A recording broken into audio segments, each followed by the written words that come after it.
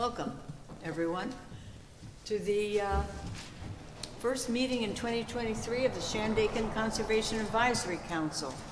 I'd like to acknowledge Martin Luther King Day and his contributions to all of our lives, and say that I'm happy to be here on a National Day of Service, working to improve our community. So let's start with the Pledge of Allegiance.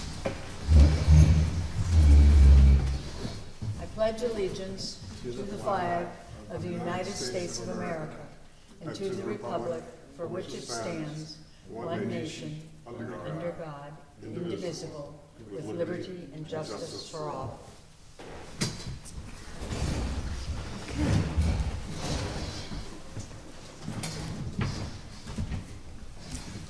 Now, Catherine Del Tufo, our secretary, will do the roll call.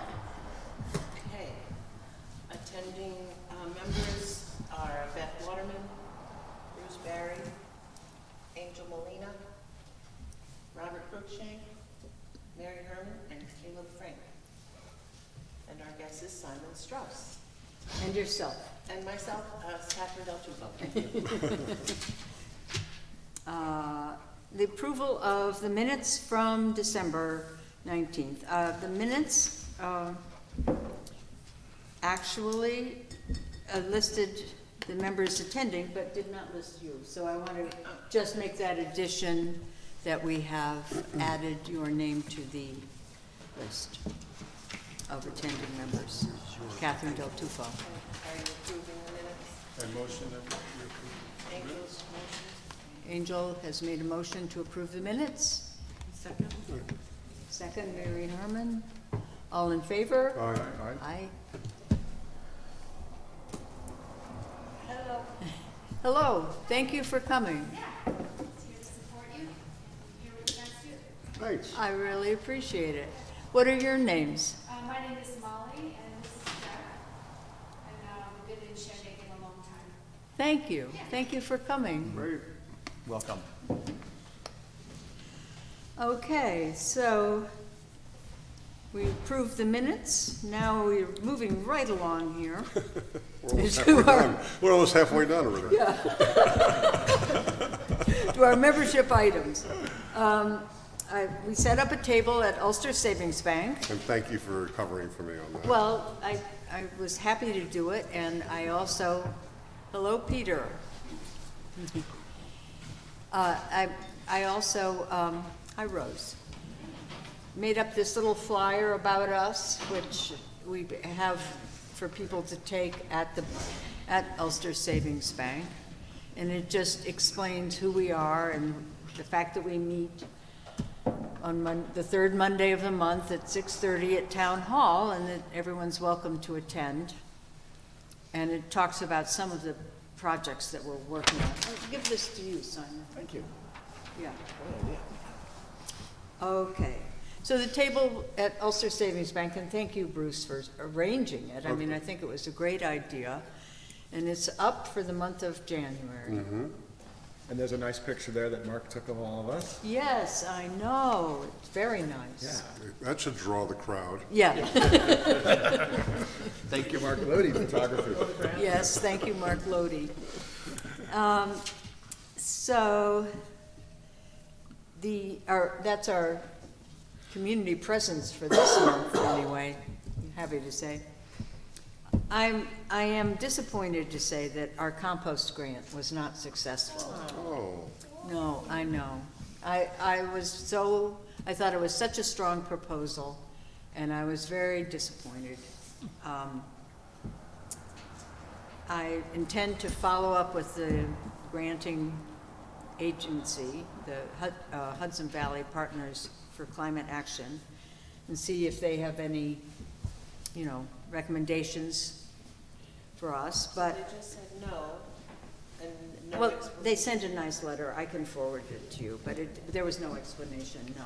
it's really pretty common when an organization applies for a grant for the first time that they do refuse it and then wait until you apply again for the following year. Yeah. I've Well, seen that happen quite a few times. I am hoping that we can look for some alternate sources of funding. And I will talk to James Amenta, and amongst ourselves, if anyone has any suggestions. It was a modest proposal. It was to purchase a bear-proof storage container and an additional composter for James, and James was going to do all the work and the transportation and everything.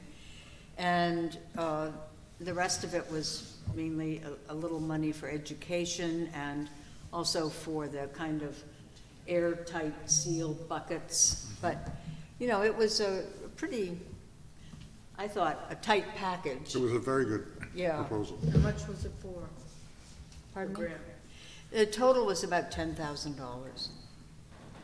So I'm gonna talk to some people, and especially James, and see how we want to proceed, and see if we can get maybe another nonprofit, or maybe some local businesses, or who knows, you know, we'll start digging. But I really do want to make that option available to the residents of Shandaken to drop off their compost for pickup here at the town hall at the transfer center. So I will look into it more and report back at the next meeting. So in spite of the fact that the grant wasn't approved, I mean, the program continues. The grant was not approved. I understand it, but the program continues in spite of the Well, James is doing his Phoenicia composting, which has now expanded to Pine Hill. And we had hoped to add this as a third site. And his program is continuing, yes. So residents, to Angel's point, right, residents today or weekly, how do they bring in what they have? They can go to Pine Hill? They can. They can go to the Pine Hill Community Center on Sundays from 12 to 4 and drop it off there. During their farmer's market. During hours. the, Once it turns into the Phoenicia farmer's market again, then in the warmer months, they'll be going to Phoenicia. right, that's the winter market for the Got it. Phoenicia Farmers Market. And it's an absolutely wonderful experience if you haven't been there. Is the information on the website so the community can know where to go, on the town website? So that, in other words, if this had happened, we would have had some advertising or you know, notices on our town website. Well, I think we need to talk to James. I mean, he's now managing it with a certain number of people that he has enrolled in his program. So it's not open, you know, like for public at this point, I got don't you. believe. Okay. One thought on that. If it may be possible, when speaking with the Hudson Valley Partners in Climate Action, To ask, do they have a scoring rubric Yes, that they make available? right. Because sometimes you can sort of see the answers they're looking for, you know, ahead of time. And that may help us with other agencies and Right. bids. Well, I felt like our proposal followed the guidelines very closely. Oh, yeah. So And will this grant, do we know if this grant will be available next year as well? Or was this a I one-off? don't know for sure, but I think it was not just a one-time thing. This was the first time. And they have not, to my knowledge, posted a list of those people who have been awarded grants. So I'm Okay, still To be- looking into this. To be determined. They were just overwhelmed with requests for grants this year. Yes. And I think they said it was difficult to decide who was gonna get the grant, and they were just like, way Right. more applications came in than they had money available. Right. Beth, do you know if they gave any kind of a weighting to things like disadvantaged communities or folks who had some kind of certification as a climate smart community? If they did, that wasn't part of the grant application. Gotcha. Yeah. Because certainly those two factors are important in some of the grants that we as conservation advisory councils can go after. Yeah, yeah. Well, we won't give up. No, we won't give up. It's a good program we've got laid out. Yes, I think, you know, it's a very good program and something that would benefit our residents, and it's relatively easy to accomplish. So I think we'll be able to do it. You mentioned James, who's doing the composting. James Amenta is a local farmer who lives in Mount Tremper and, you know, in Shandaken. And he has a farm, so he's processing the kitchen scraps that he collects into compost for use on his farm. So it's a one-man, small-scale operation, but he was willing to contemplate expanding to include however much compost we might generate here at the town hall, you know. Because in Olive, we've talked about that, and there's been reluctance because of the bears and not having a place where the kitchen scraps could clearly go. I mean, you'd have to take it all the way to Kingston for the Ulster County Resource Recovery Agency, Yeah. unless you have someone like a James who'd be interested. Right, that's the big advantage of this application process. Is that the scrap, the product doesn't travel, doesn't have to go anywhere, Right, exactly. basically, a few miles. Well, Olive has a transfer station on Beaver Hill Road. Right. And there's no space there to do something. There's plenty of space, there's just reluctance to create something without knowing that there's a regular pickup, so it doesn't get too big, too smelly, Yeah. all those other reasons, whereas if you've got James who's doing it on a regular basis. And Yeah. I think also the cost of transportation to, if you're gonna transport the kitchen scraps all the way to Kingston, Yeah, would probably outweigh it, but if you've got someone who's willing to come pick it up. No, we had a pretty closed network here that worked well, and also, as Beth had mentioned, in our grant, some of the money was allocated for bear-proof containers, sealed containers, actually, so that we wouldn't have that problem of the Well- odor and bears. yeah, we were purchasing a small storage unit. Is that what they're called? Yeah, it was like container, And storage container. Storage container, which is what Michael Chaffee at the Phoenicia Library, Phoenicia Diner, sorry, has been doing. He's been recycling all of his kitchen waste. Where does it go? He has a commercial pickup. He has it trucked to a soil farm, Hudson Valley Soil Farm in Kerhonkson, Oh, interesting. by a community composting company. Right. Yeah. I'll have to ask Bread Alone what they do, because I know they had to get bear-proof containers because they had so much waste and then the bears were coming and foraging. Well, they have a much, I'll loan this to you for a moment with the information of that company. oh, well done, Catherine. I would think the Ashokan Center would be doing something on this line, because Might be. they're Yeah. a large property owner that does farming on their property. I would think, but Yeah. that's a whole Right, other, I took a picture. whole other town, whole other issue. Yeah. Well, it's good the fact that we as CACs are talking about these things because we're sharing information just, I know. as you all probably know, to take you off subject a little bit, but there's now 4 CACs that are doing this monthly Thursday evening, every third Thursday talk, which is a sort of done a combination of Gardner, Marbletown, Rochester and Olive.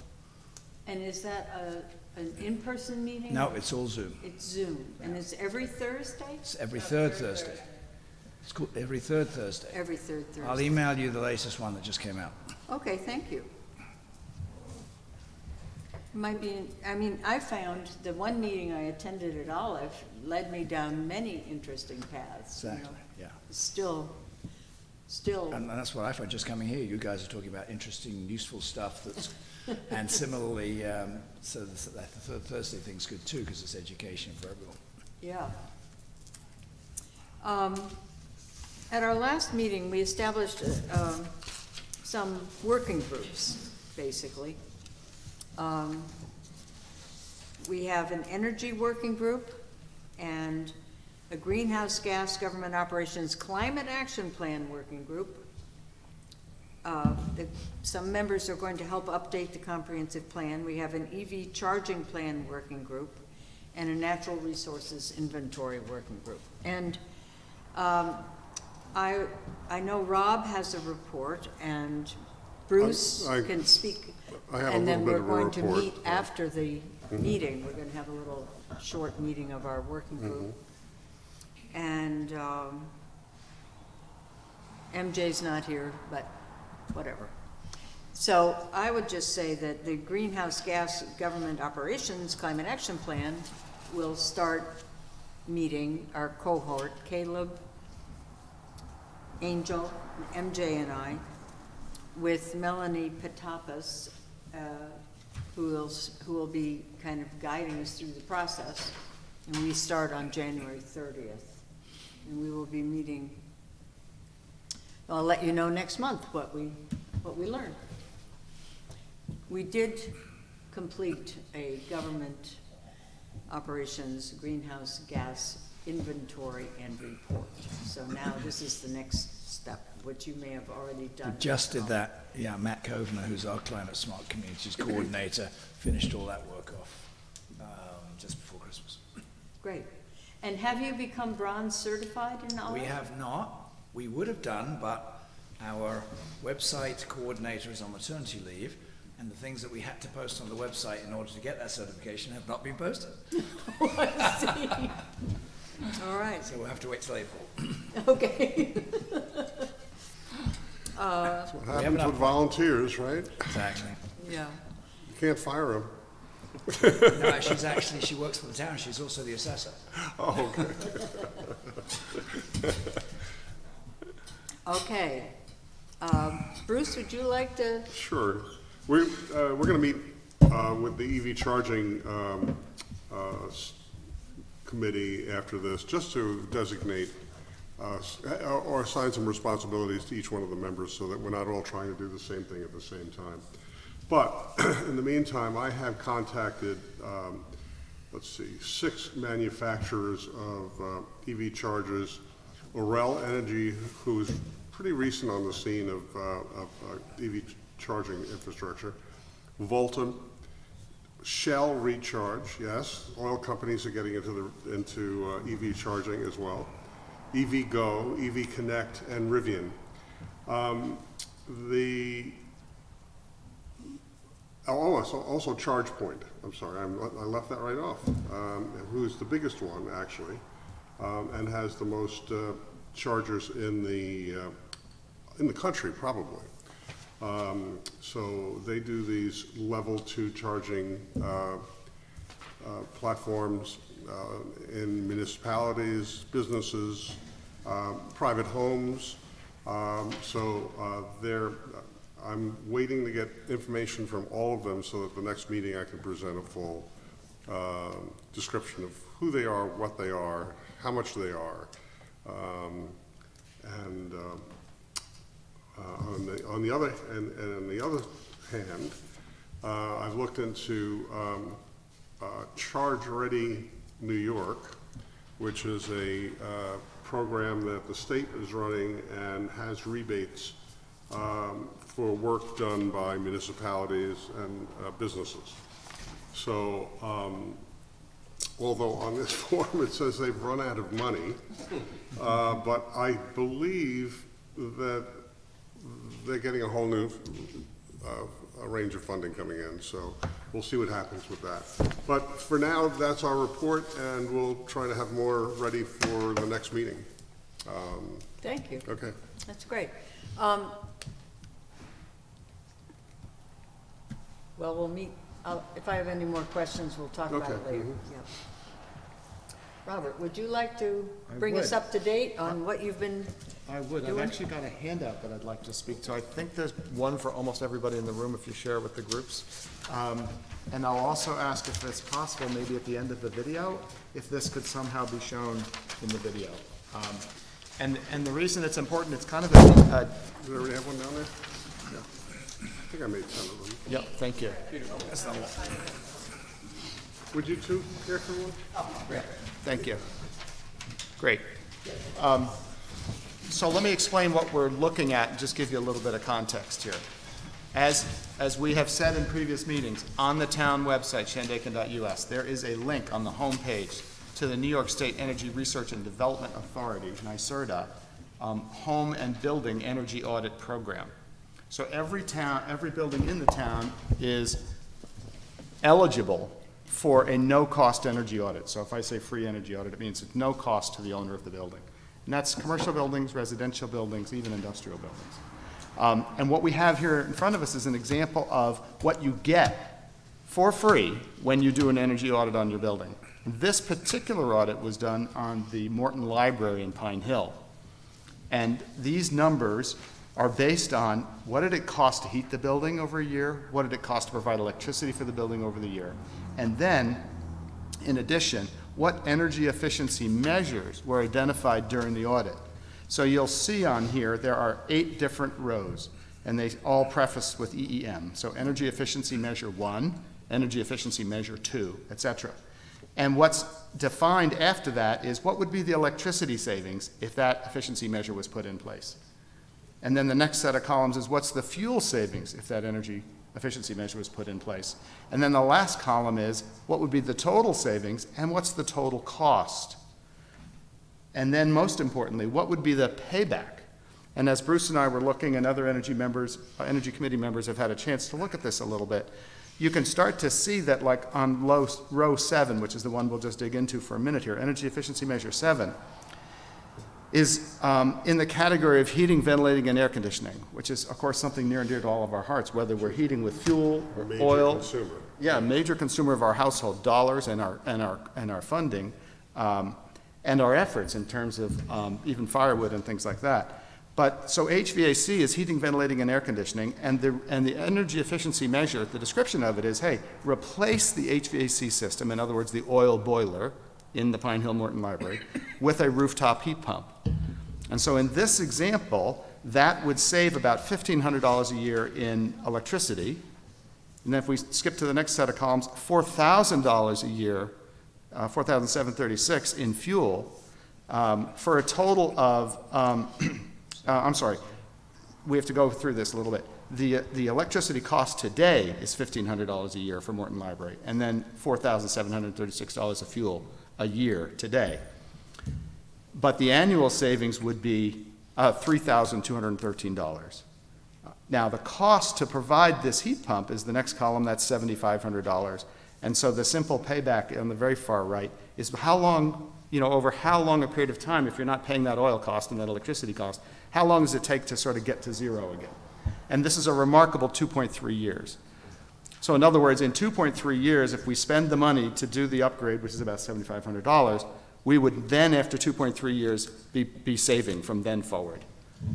And so it's significant. Does this take in account any rebates from the Inflation reduction. from the state or I believe that it does. state and national, federal? Yes, I believe it does. And I have some more homework to do, and the Energy Committee will dig into this a little bit deeper to try to understand, what contractors would be available, how could one get bids? Yes, question. Sorry. Represent savings without installation in the doors and the windows? Yeah, that's for that thing just by itself. Yeah, and actually Rose raises a good point. I'll just speak to that for a minute. There's, as I mentioned, 8 different measures on here, and so they can be looked at individually, line by line, or at the very bottom, there's sort of this total line. And so you can see that sort of all the projects together, some have a payback that are a lot longer, but the average of all the projects together is about 6.6 years. And now you can use that sort of, how much money do we have available, kind of margin to say, well, these are the ones we should do. Here's the lowest hanging fruit, and here are the ones with the biggest return, the lowest cost. But very good question. I'm sorry, you were asking. I think I forgot. Installation cost for $7,500. So I'm back with the rebates, whether that $7,500 reflected that or didn't. And you'll find that out. Yeah, I believe it did, and I think that a reasonable next step, if there's no disagreement, would be let's ask a vendor or two to give us a quote for such a system, and then we'll ask them. I'm having an audit done on Thursday. So I'm gonna bring this with me. Yeah. Have, you know, this available, and I'm sure he will give me a breakdown as well, or she, I don't know who's gonna be there. Yeah. And find out, get some of those, maybe some of those answers as well. Yeah, yeah. Okay, great. And just for context, this is one page, this is sort of the, kind of the one take-home page, executive summary kind of page, or executive summary table, out of this larger report. The larger report is about 50-ish pages, and every one of these energy efficiency measures has about 3 pages that describes what is involved in that measure, how are the calculations done. And at the very end of the report, there are some assumptions, like what's the price of electricity, what's the price of fuel oil, and that's how some of these calculations are performed. And this is exclusively for the Morton Library. Yes, this is just for one building. So it's a building that doesn't have good insulation, it doesn't have, you know, Yeah, whose installation can be improved per Right. what's said here, yes. Yep. What does this RNE mean? If I had the report in front of me, actually, I do, I've got it on my laptop, so by the end of the meeting, I'll answer that. So the second column, as our chair has pointed out, is called measure status, and so there's these different acronyms in it, R, RNE. I think R might be retrofit, but I will dig into that and figure it out before the end of the meeting. The only other thing I wanted to say is that at our last meeting, Robert Drake, who's on the town board, because this is really up to the town board whether we move ahead with this. I mean, we can assist the town board, but it's committing funding. Well, this is what we would, as a town board, would have to discuss Definitely, and make a resolution to expend any kind of money. yes. But what, But, you know, looking at this in an individual building and seeing it in black and white, kind of sparks you to go, yeah, that makes sense, that's a good idea. well, what I think Robert mentioned is that he's helping the Morton Library apply for a library construction grant, because there's various work that needs to be done there and New York State, through the library system, offers library construction grants. So that needs, you know, maybe some work that is going to be done through his project, you know, through that. Yeah, I think they're allotted, don't quote me, but I believe that's $5,000 a year for those kind of projects. Each library can get a grant for up to. But, you know, they did everything. Well, there are other library construction grants. For instance, the Phoenicia Library was rebuilt. You know, we had $300,000 in library construction Right, grants. but that was not a full grant, wasn't that a low interest loan? No, that was a grant through this state library construction program. It was actually multiple grants because we did it in phases, but, you know, over several years. Beth, when you said that the town, I may have missed something, when the town needs to approve or to discuss, what are they discussing and approving? The expenditure of funding this- for this for is this a building. town-owned building. Right, okay, that's what I missed. I mean, I think it's a great step forward, Robert, for you. I mean, they actually got this audit. It was done last summer, I think. Yes. And Robert has brought it to us for our, you know, to learn more about what the results indicated. But as far as the next steps forward, I think it's not up to us. Yeah, we advise, we Yeah. provide data that allows, you know, Yeah. we're an advisory council. This Right. is, our advice is to look further into this for the town to consider what they might want to consider Yeah. for next steps. And I think importantly, if we kind of back up to the big picture again, this is available at no cost for every building in the town. So for any of us, you can make an appointment, be home, meet the inspector, get a list of, spend an hour with them or so, get a list of recommendations like this, and then decide for yourself on your home or your office, your building, do you think it makes sense to do any of these It's measures? an à la carte menu, so, Yeah. mhm. Yeah, Catherine? I'm just wondering if, because the Morton Library is on the Registry of Historic Places, whether that allows it for any more grant Sure. options. Yeah, it might, yeah. So we'll make this one page available if possible in the video at the end, so I'm providing it to our videographers if they could possibly include it. I've also asked MJ, our minutes taker, if we could No, attach that. Catherine. Catherine, I'm sorry. So if possible, we'd see if we could, this is a PDF file, we could see if we could attach it to the minutes, so that when folks go on the website and get the minutes, they can see what one of these looks like. And if anybody has any questions, they can certainly reach out to me. And, you know, we look forward to sort of peeling the onion here in the town and looking at all the buildings. I know, I think it's a great step, first step, to really look at this in depth and see how we can retrofit this one building, because it needs multiple construction work, I think, various types, but this should be integrated into it. Yeah. And we should, like everybody in town, we should be looking at multiple buildings too, the museum, this building. Yeah, definitely. And this kind of work, just to finish on a positive note, this kind of work not only helps us individually and also as a town, but the industries and the tradespeople in our town, because the installation of this kind of equipment in buildings is good for electricians, it's good for plumbers, and it helps us all, you know, kind of have a greener community that's lower cost to maintain, that makes our homes more comfortable to live in, and creates jobs in our community to get us up to speed. Great. Thank you. That's our Thank you. report. Thank you. Good work. So I don't think we're going to be swearing in any members tonight. Is that right, Pete? I don't see Joyce, and I don't have my, I don't know if I could do it myself.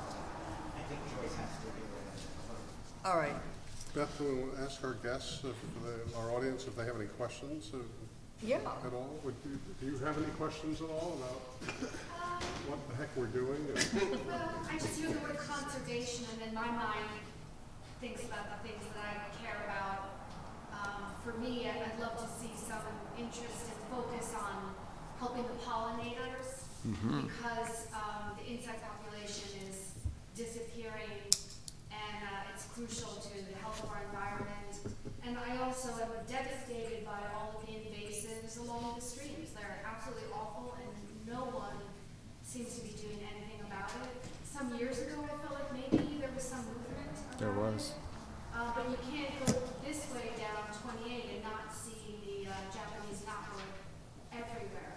And unfortunately, the honeybees and other bees love the knotweed, so they're just helping spread it. And I personally feel like our streams are not very healthy. So while people are promoting, you know, fishermen to come here, promoting it to the tourists, I feel like the streams are maybe not quite dying in front of our eyes, but I've never seen them so unhealthy in terms of the rock slime that's taken over the water. I photograph insects, the macroinvertebrates in the stream. Every winter, every spring for years, they're disappearing. There's very few that I'm finding. And then the trout have nothing to eat, then the birds that eat the trout have nothing to eat, and so in terms of the environment, the natural environment, that's I think what we care about a lot, and that also includes light pollution is very damaging. Those are our areas of passion, but everything you're doing I think is great. We did have a discussion about the pollinator Pathways. here, and Yeah. I can't remember where that went, but Well- but there were organizations that were already working on that. And didn't you mention at one point here that the DOT was doing something about putting plants? Well, DOT has established a pollinator pathway plot at their garage on Route 28 near Boyceville. Right. The Route 28 Scenic Byway Committee has tried over numerous years in the past to establish a pollinator pathway, and they have distributed free seed to people. I know the Morton Memorial Library has planted a pollinator pathway, and the Phoenicia Library has a native plant garden behind the building. And who's giving out these seeds? What? Who's giving out the seeds? Well, that was in the past. Oh, in the past. It was the Scenic Byway Committee. And I would just like to say one more thing, and then I'll open it up for discussion, but at our meeting in December, we decided to invite the Woodstock Land Conservancy to come to speak to us in March. I haven't invited them yet, because I think at the end of our meeting, we have to decide what we're going to discuss in February, but in either February or March, they will be here talking about their efforts to establish pollinator pathways. So please So come back. it is a subject that we're interested in. Anybody else have anything to say? Doctor, what is the pathway?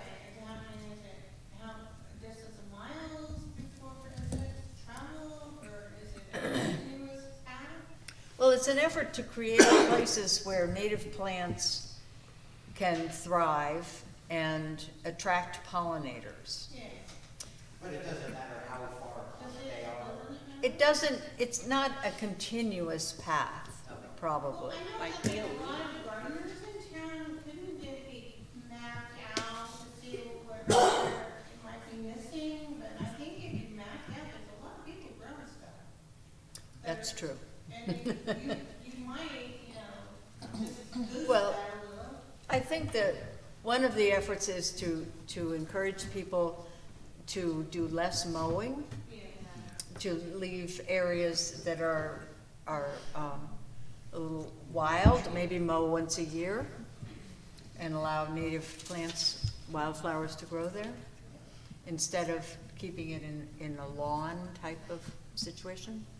So, in terms of that, you know, think about where there's, where that could be introduced, you know, along with your neighbors or along the Route 28 corridor. But as a council, we did discuss, in fact, invasive species and pollinators and not light pollution necessarily. We didn't think of that. But I think we had decided, I'd have to go back in the notes to say that we needed to concentrate on specific things and not spread ourselves out too thin. This is only our first year, not even a full year yet. Yeah. So, Yeah, we established a series of topics that we thought were our primary focus for this coming year. Doesn't mean we're not interested in other topics and that we won't devote meeting time to discussing them, but we have certain kind of goals for the year. And we do have a natural resources committee, working group, right? Yes, Catherine is in part of And- our we may attempt to undertake a natural resource inventory. Well, we're gonna do it. Yeah. It's just, when? Well, I've just started working on it, so. Yeah. So stay tuned. Oh, and the compost thing is something very interested in. I create so much food waste, I'm horrified by it. Yeah. I think it's a great idea, and I think all of us are just throwing mass amounts of food away, and it's 30 terrible for the environment, so I love that. well, we won't be giving up on it. And No, we're not, definitely not. If the town will do something, we'll get something going.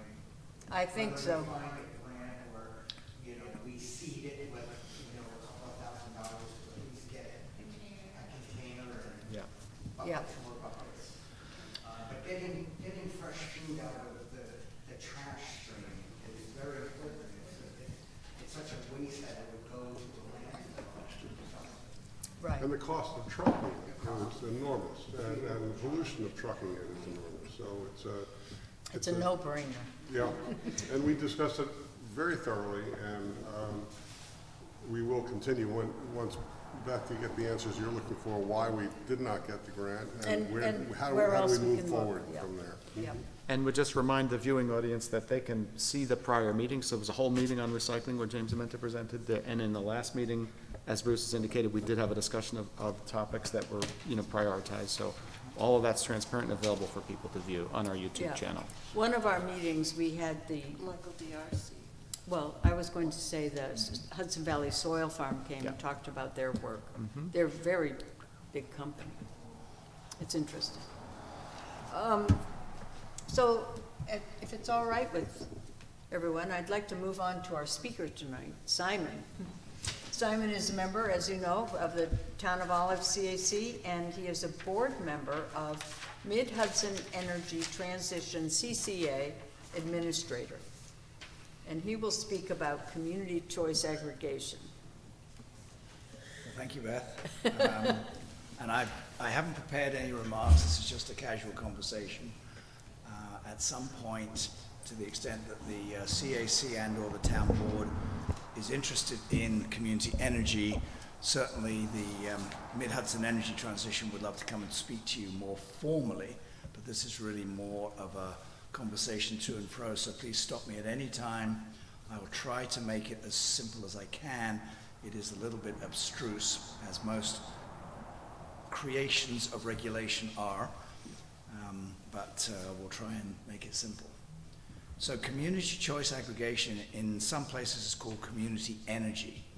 And essentially it allows the community to make the decision about what entity, currently for you all it's NYSEG I believe, but for just east of you in Olive it's Central Hudson. So which entity is going to provide the supply part of your electric bill? Your electric bill has two components. You're paying for the wires that get the power to you, and then the electrons themselves, you pay for those electrons separately. And you can buy the electrons from any energy services company that you choose. So many people, especially large consumers, buy their electrons from a large energy service company. Examples might be Con Edison, the big New York City utility, has a division called Con Ed Solutions. Constellation, which is part of Exelon, which is a big Chicago utility, is in that business. There are lots of big companies in the business of just supplying power. And when you buy power from one of these other companies, you can choose what kind of power do you want. Do you want 100% renewable?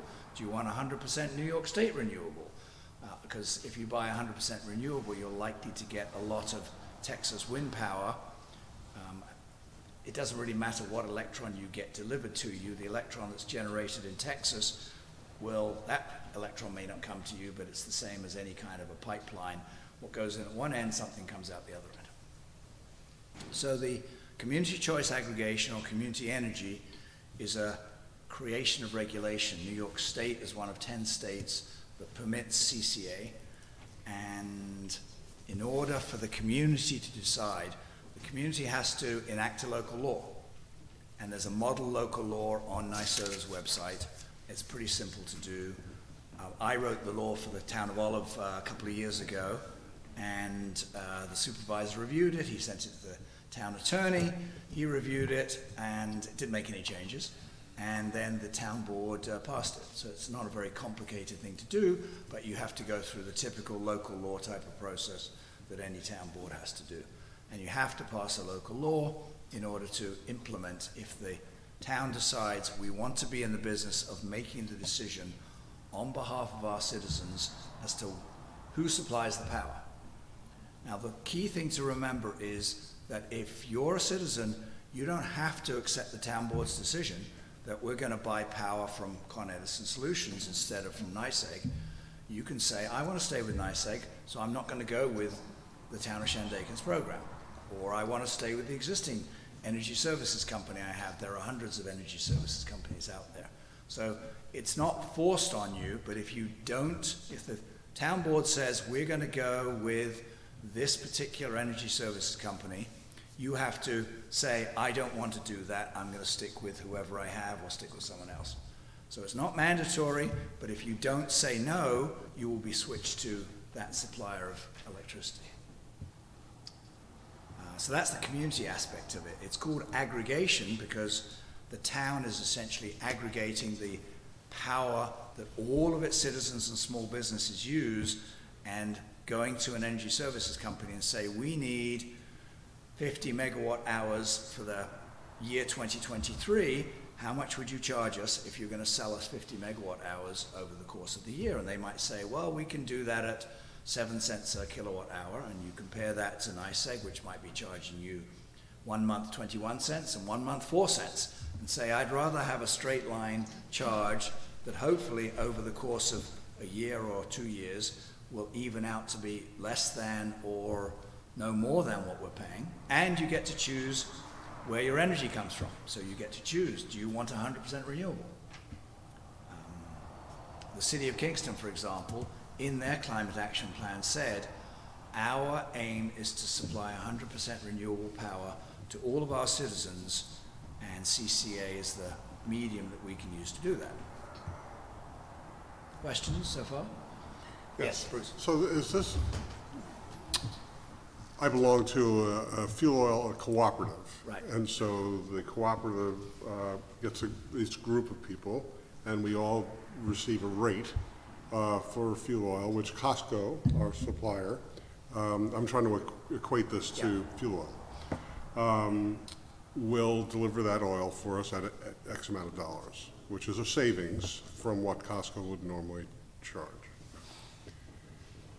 So my question is this also a cooperative in the sense so that if you can accumulate the most amount of people who will join in on this, will your rate go down for electricity? Is that how this all works? I mean, Conceptually, exactly. The aggregation, just like your co-op, is an aggregation of all the co-op members. In this case, the aggregation might be the town of Shandaken saying, we'd like to aggregate the needs of all of our citizens. The other element of aggregation is that most of the CCAs out there actually aggregate the power from a bunch of towns that say, we want to participate, so we have a larger buying pool. So for example, in the Hudson Valley, there's an entity called Hudson Valley Community Power, which is run by a for-profit CCA administrator called Joule, J-O-U-L-E. And they were buying on behalf of Poughkeepsie, Cold Spring, Newport, and a number of towns in and around the Hudson Valley. There's similarly a not-for-profit called Sustainable Westchester, which does the power buying for something like 2/3 of the towns in Westchester County. Both those that take Con Edison and those that take NYSEG, because NYSEG's in both of there. So that the aggregation is not just the aggregation of the citizens in the town of Shandaken, but if you choose to do it, you can do it on your own. You can administer your own CCA if that's what you choose to do. Most folks join up to a larger aggregation of individual communities. So Hudson Valley Community Power is one, Sustainable Westchester another, and then they group the buying power of more towns so they can hopefully get a better rate. Catherine? Well, as an individual, you are also given a choice at least once a year to choose your ESCO, your energy service, energy supply company. Correct. And they send you a list, NYSEG on your bill sends you a list of the different companies available and what their energy sources are. And I have for years been choosing one that's supposedly 100% renewable, all New York State. But, you know, a lot of people don't pay attention to what their little slip that comes in with their Right. bill says. And doing it as a large group is obviously economically overall the best way to do it because it reaches more people. And ultimately, like you said, would lower the price as, you know, the larger the group. Exactly. And also would create more reason for these energy supply companies to expand their energy supply. And hopefully they're renewable energy sources. Yes, yes, yes. Right. So yes, so that's a good example where NYSEG at least is being helpful in saying, well, there are other sources of power other than us, and guess what? You've got a choice as where that power is generated. So it will be up to the municipality. Yes, Peter? The town of Saugerties, I guess, a year or so ago, signed on to a CCA. And then we had a big jump with the fuel prices and the electric prices went through the roof. And their CCA did not hold on to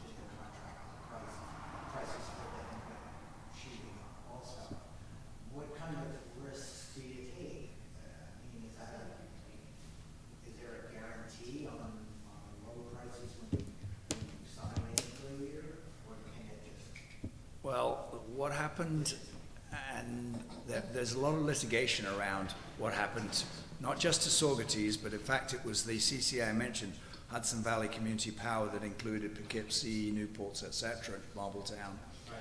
They all had, their CCA administrator, Jewel, had signed them up with an ESCO called Columbia Utilities from Brooklyn, New York. And there's a lot of argument about what happened, but essentially Columbia was deemed by the New York Independent System Operator, which provides all the transmission around New York, not to be creditworthy. So they cut them off from using the system. So, as I said, there's a lot of litigation about it, but essentially the Jewel-led CCA, all their customers were sent back to their utility as their own, as an ESCO, rather than using Columbia. Wow. So that is a risk, and one of the things that we, as the Mid-Hudson Energy Transition, as we look at providing power to the city of Kingston, because that's what we've been hired to do, is to evaluate very carefully the ESCO or ESCOs that might be chosen to supply that power. Because we've seen an example of what can happen if you don't choose a good ESCO and something happens with them. So certainly that is a risk, and it's clearly a risk that's happened before, so yes, it could happen. We, on behalf, so the Mid-Hudson Energy Transition is a not-for-profit that was founded in August of 2021. It came out of the Climate Smart Community Working Group for Ulster County, which is led by one of the Ulster County legislators, Manager Green. And I had attended that because I was interested in energy purchasing. That's my background. What I do for a living is I help renewable energy developers get financing for their projects, mostly large solar projects, but other infrastructure projects, mostly renewable energy. And so I was interested in this. And then there's an Ulster County group used to be called Citizens for Local Power, now called Communities for Local Power, which has been very instrumental in helping the City of Kingston with their climate action plan. Jen Metzger, who's now our new Ulster County executive, was one of the leaders of CLP. And we formed a sub-working group underneath the Climate Smart Communities to focus on CCA, and said the best thing to do, we thought, was to set up our own not-for-profit, so we wouldn't be paying a Joule or a Good Energy so they make profits, but we plow the money back into lower rates for all the consumers. We just got a large grant from the Novo Foundation, you may have heard of that, to cover our administration costs for the next year or so. Kingston hired us at the end of October to run their CCA, and so we meet weekly with the city sustainability coordinator to move forward with, first of all, a bulk buying program like the kind of thing we've talked about. But for Kingston, it's important that they bring renewable energy in as close to the city as possible, to do something like what Robert was talking about earlier, and that is to bring employment for electricians and plumbers and the like. So the idea is to bring as many of these community solar arrays into Ulster County as we can, so that we're buying power locally, we're bringing construction jobs, operations and maintenance jobs, real estate taxes, and landowner leases as well. So Kingston is looking to, there's another advantage to community solar, and that is because it's generally priced at 10% below the utilities rate for power.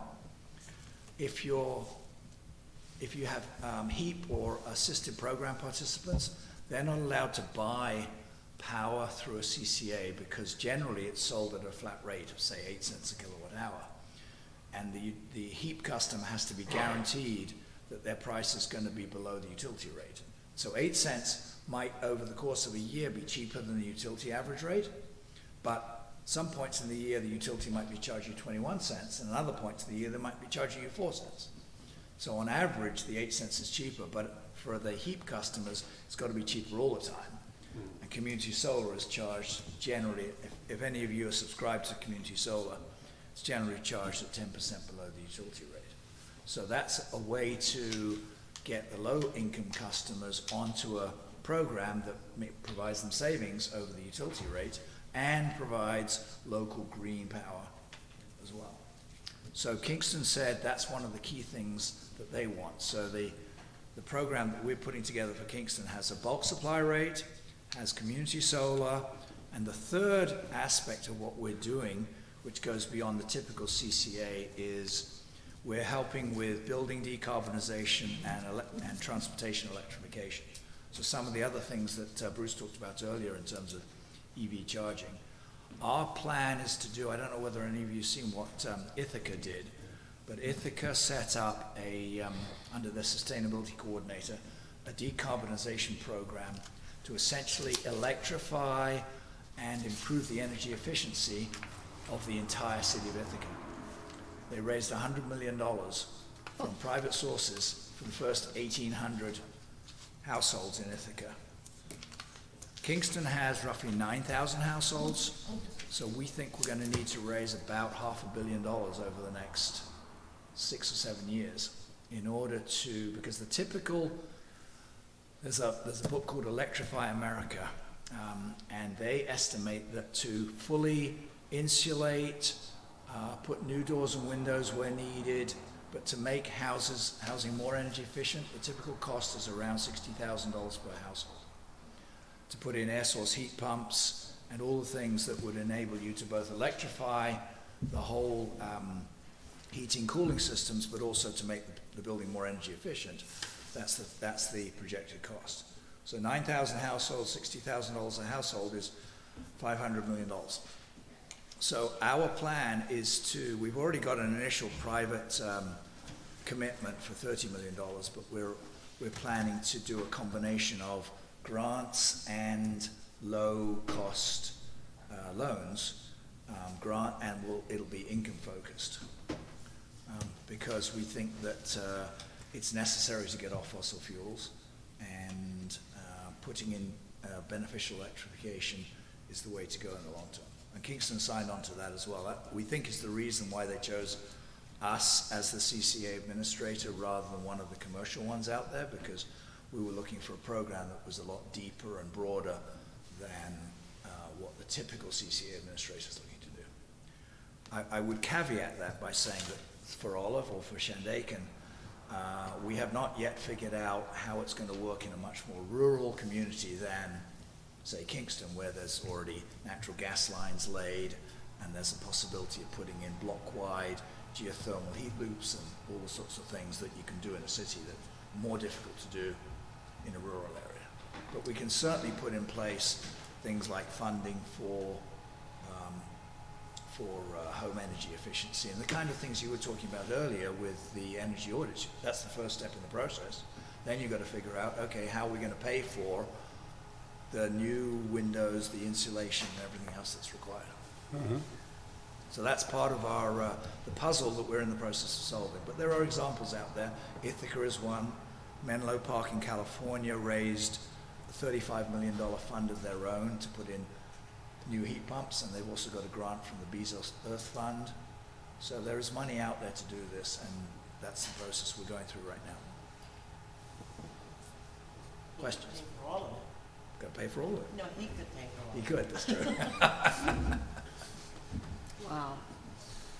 Well, that's impressive. Yes, very, very much. Yeah. Well, we're right at the very beginning. We just signed the contract with Kingston. They just awarded us end of October, and so we're in the middle of getting starting to get requests for information from providers of energy. We've already got about 20 megawatts of power lined up through community solar, and we're in the process of getting the funding together so we can get moving on the energy efficiency. The good thing is that's going to provide a lot of employment. Think of all the number of people you're going to have to fully make 9,000 households more energy efficient than they are. So the difficulty is going to be finding the people to do it, I think. Mm-hmm. And certainly, I think as the energy audit, sort of efficiency measures table showed us, you don't have to do sort of everything on the list. Right. This idea that for the library in total, they identified a possible of $37,000 worth of work. That would save $5,600 a year. But we could pick just one line item, that's $7,500 worth of work for the heat pump. to have a savings of $3,000 a year. So there's some real, sort of where's the biggest bang for the buck decisions to be made. And I had actually made an error when I spoke before, so I just want to correct that. The reason why in line 7, the heat pump line has these brackets around the $1,500 is you're going to use more electricity to run the heat pump, and then you're going to have the savings on the fuel side. Exactly. So it was sort of like plus 1,500 minus 4736 gives you the 3213 Yeah. savings. So sorry if I was unclear about that. No, that's good. But a couple more things are happening here in the market, and it'd be really fun to talk with you some more, Simon, afterwards. Certainly for any time of day, the amount that electricity costs on the wholesale market changes. We're largely insulated from that with flat rate pricing. But in places like California, and Texas, and others, and we'll see it eventually, electricity will be a time of day kind of pricing. There used to be water heater programs, and there still are, but only about 4% of people take advantage of them, where there's like an overnight rate, and you charge your vehicle off peak, or you charge your hot water heater off peak. We're going to see more and more of that. So these variable rates are going to be more pervasive. The other thing that's really interesting is that the carbon impact in terms of sulfur dioxide, nitrous oxide, carbon dioxide, that changes hour by hour during the day as well. So there's times when you use electricity that it's actually a lot cleaner than other times when you use electricity. So all of that, sort of plays in pretty interesting ways. And I think that's indicated by the fact that NYSEG is now installing new meters in homes that are digitally connected to NYSEG. Yeah. So that they know every minute of the day exactly how much power you're using, and I think in the future they'll probably apply that to their billing. Yeah. And it's interesting that their technology is such that they can't read all the meters at the same time, so they can't really watch you. It's not like from a Big Brother perspective. It's more from a recording intervals perspective. Hey, in this hour they use this much, in this hour they use this much, so that they can start apportioning the charge, to your point about, do they use electricity during an expensive period or a less expensive period, and then be able to pass the savings or the cost along appropriately. I recently got a NYSEG bill, and it had an insert in it.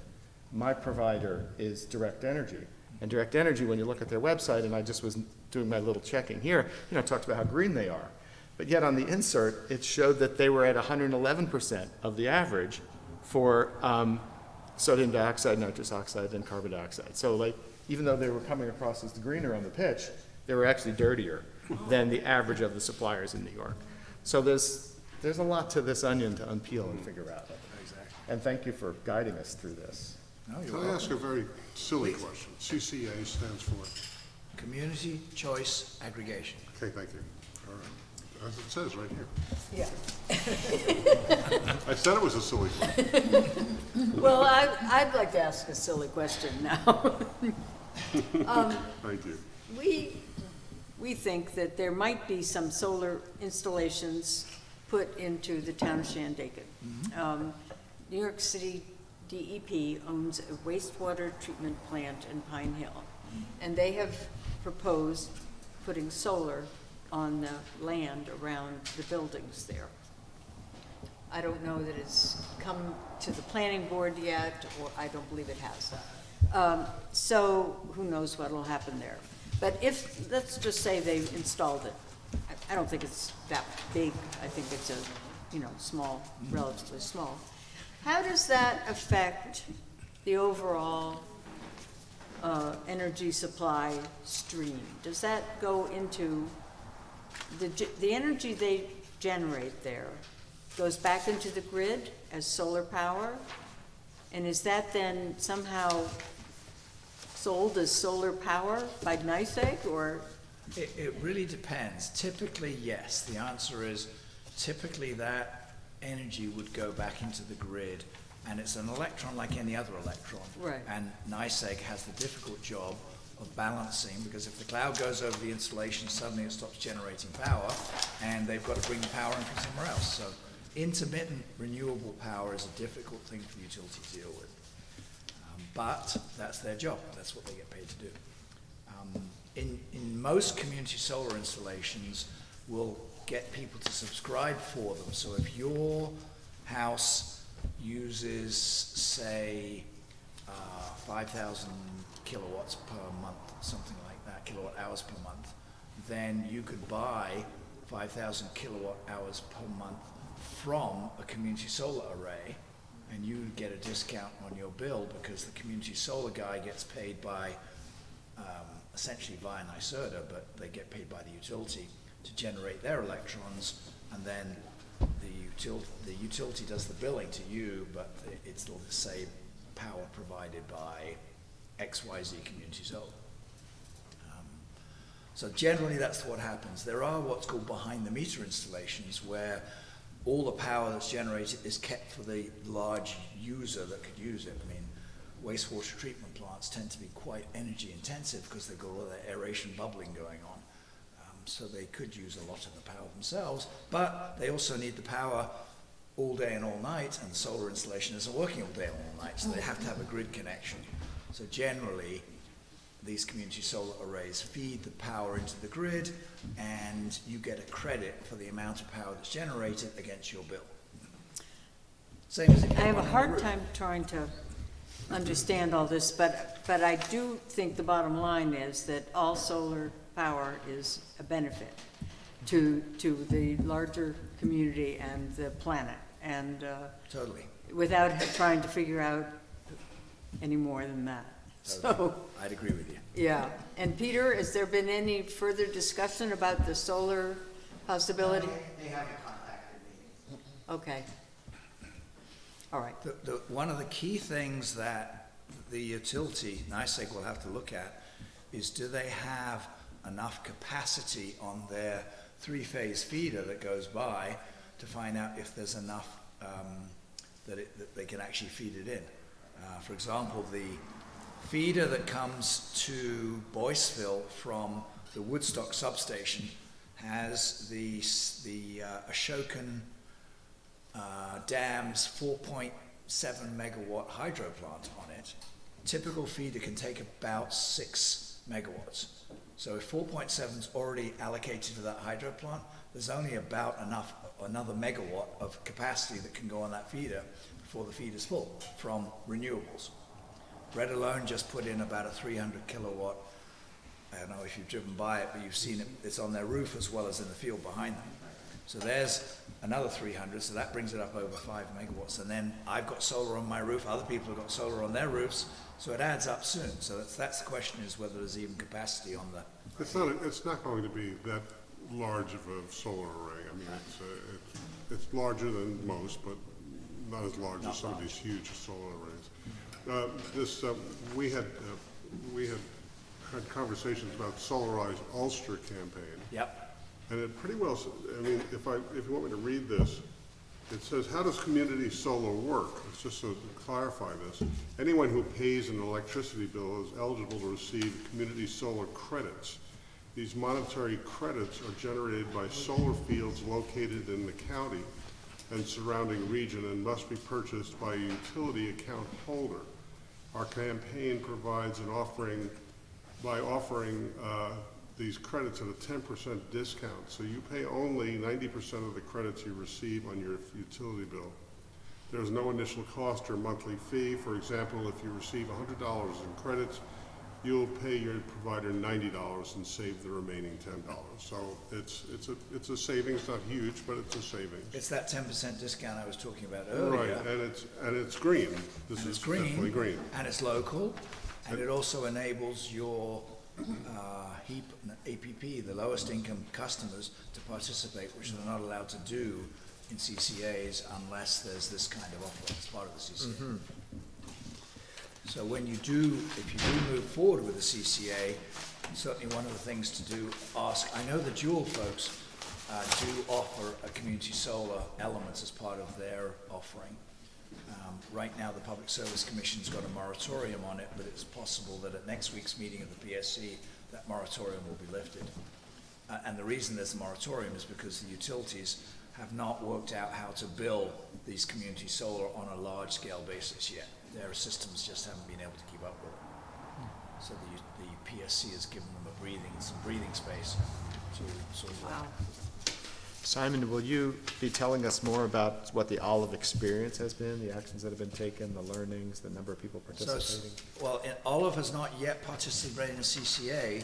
We, through me, knew that the Mid-Hudson Energy Transition was working on a somewhat more universal version of CCA. And so while we passed the local law, we did not move ahead. We had each of the commercial providers. There's Dual Assets and a company out of New York City called Good Energy, who are the commercial providers of CCA administration, come in and present to the CAC. So if I were you, I would do that. I would have each of the potential providers of CCA administration services come and present to you so you can hear what different people have to say. They'll be happy to come up and talk to you and say, this is what we're doing, and this is what kind of energy we can give you, et cetera, et cetera. And then make your choice among the folks you hear. Jewel has restarted the program that Peter mentioned earlier, got closed because of the failure of their supplier, and they've been advertising and going around talking to the towns who were part of their initial group, Sorgadies among them. So they've just put out large ads in, I think, Hudson Valley 1 and some of the other places. So they're back in the business of providing CCA services. We like the guys from Jewel. I've known most of the guys from Jewel for years and years and years, and I think they do a good job. But I think we decided that we wanted to, one, set up a not-for-profit so that we're not building someone else's business off of the citizens' power, and also we wanted to go beyond pure just energy supply and add the building decarbonization and beneficial electrification elements too, which was clearly of interest to Kingston. Wonderful. Can I ask a question? I'm going to ask you to go back just a little bit, Simon, all right? So for the public's benefit, including my own, but, so please fill in the blanks for me. So if the town, let's say hypothetically that it adopts to piggyback from another larger group that's already participating in this program to provide, cheaper energy, right, for its citizens. How does the average person, so that the town is saying that we're now gonna buy, do they tell the provider that now that they're going to have this include clean energy, and then everyone in that map or in the boundaries of the town, they're providing that type of energy for the people that live in that area, and then you either opt in or out through your own? How does the average person get looped into the larger decision? Is basically the question. So first of all, you have to do the local law. Then the town board has to listen to presentations by the various CCA administrators and decide they want to move forward. Once you've decided which CCA administrator you're going to use, that CCA administrator has a whole list of tasks that they have to do per regulation. So they have to set up a website for the town. They have to send out mailers to everyone in the town that's got an electric account saying, this is what we plan to do, this is the timing for what we plan to do. Then they will send out a request for information from the suppliers of the electricity, people like Direct Energy that Robert mentioned earlier and others, and or community solar providers, and say, what kind of bids do we get? And if Direct Energy comes back and says, well, based on your timing, the only price we can give you is 16 cents a kilowatt hour, your administrator may say, as we would, we don't think you should do that at this time. We think you should do community solar anyway, because that's always a discount to the rate, and it brings in local community solar providers. But we might say, we don't think you should buy a bulk power for everyone because the rates aren't good at the moment. We should hold off for 6 months and see if things get better. But that would be, everyone would receive a mailer. There would be a toll-free number set up. There would be a website, so information, and then the town would put its own information on its website as well, saying, if you're interested in this, the town has said we're going to move forward with it. You can see all the information you want about it, and then the CCA administrator will come in and present to the CAC, to the town board, just to try and make sure that everyone knows what's going on. Does that answer the question? Yes and no, because I mean, it's still like the average grandmother that owns a home that, you know, she gets a bill, and she may or not read the information, and how do, you know, you make her avail of these services without it being too complicated. It sounds like you have to always constantly tweak. Exactly. It's certainly, for example, on behalf, because I'm the treasurer of the Mid-Hudson Energy Transition, after we'd been announced that we were going to be hired by Kingston, we did a radio show with the mayor, we put out webinars, and I then went and talked to all the local banks to see where we were going to put our bank account. Not a single one of the people I met had heard about it. So it's a difficult job getting it out there so that people say, oh, I heard about that, I know what's going on. But Right. everyone will get a mailer. But having said that, the town's only going to make the decision that they want people to get this energy if they think it's the right thing for you and me and the grandmothers you mentioned. And the grandmother can always say, you know what, I'd rather have NYSEG, I don't want you. So, and then they can choose that at any point in time. You can be switched over from NYSEG, let's say the energy supplier chosen was Direct Energy. And the grandmother says, well, I don't like Direct Energy. I see that their NOx and SOx is too high. I want to go back to NYSEG. You can always make that decision at no cost, anytime you want. Does the town have to commit to a number of participants before this kicks in? In other No. words, no. Or what's the duration of a typical contract the town would be looking at? Typically 2 or 3 years. But anyone who is changed over to that supplier can change back at any time that they want. Right. So you have signed a contract with Kingston, but have you chosen an energy?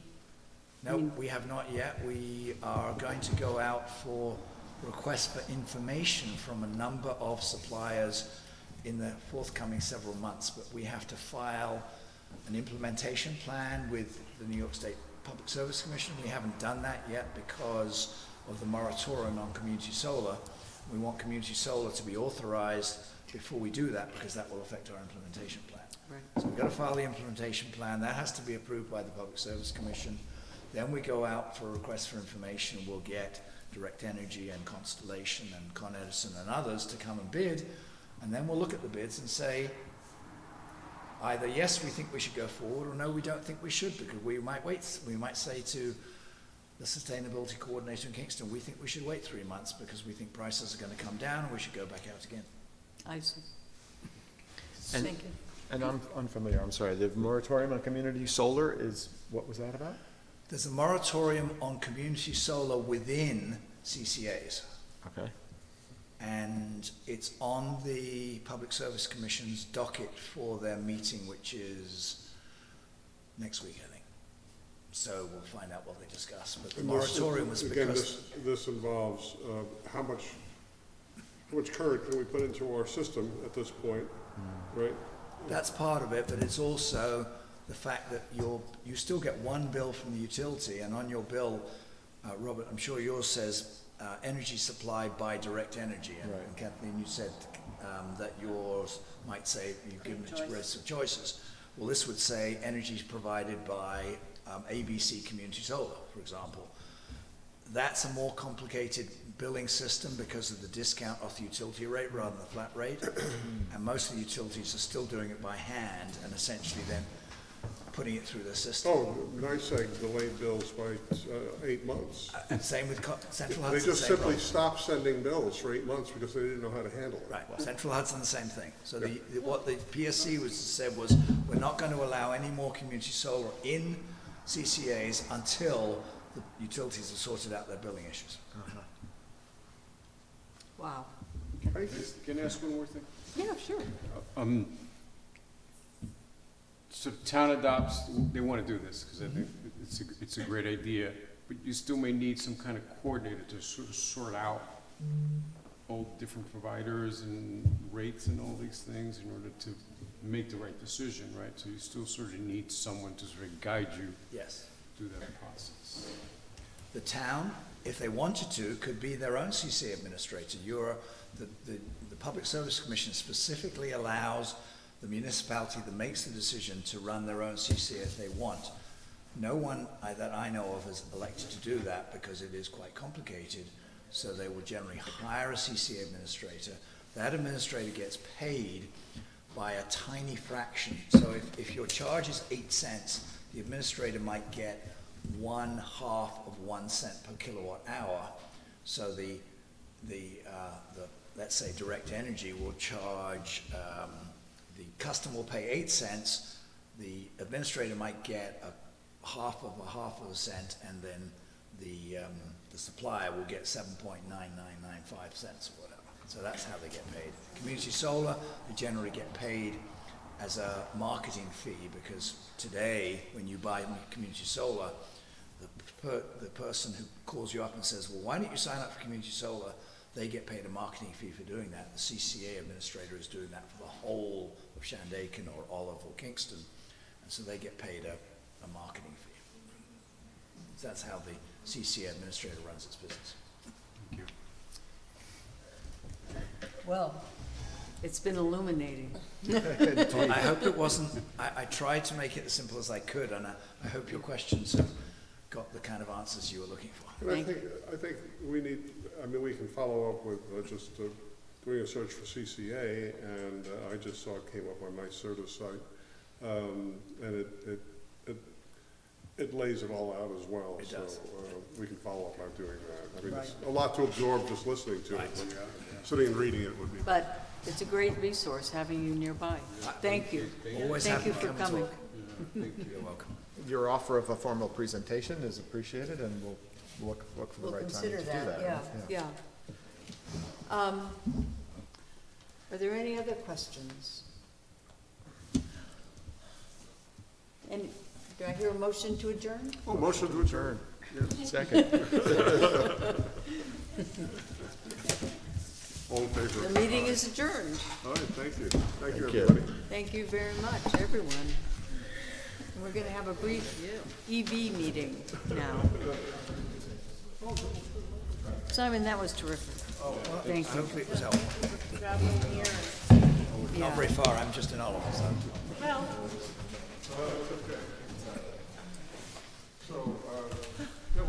But I know any of the CCA administrators will be very happy to come in and present their wares, and so that you all can look and see Well, I what's think out it's, there. I mean, for me, it's an education thing. I do, actually. But for the town, I mean, I think that the CAC can recommend it to the town board, but it's up to the town board to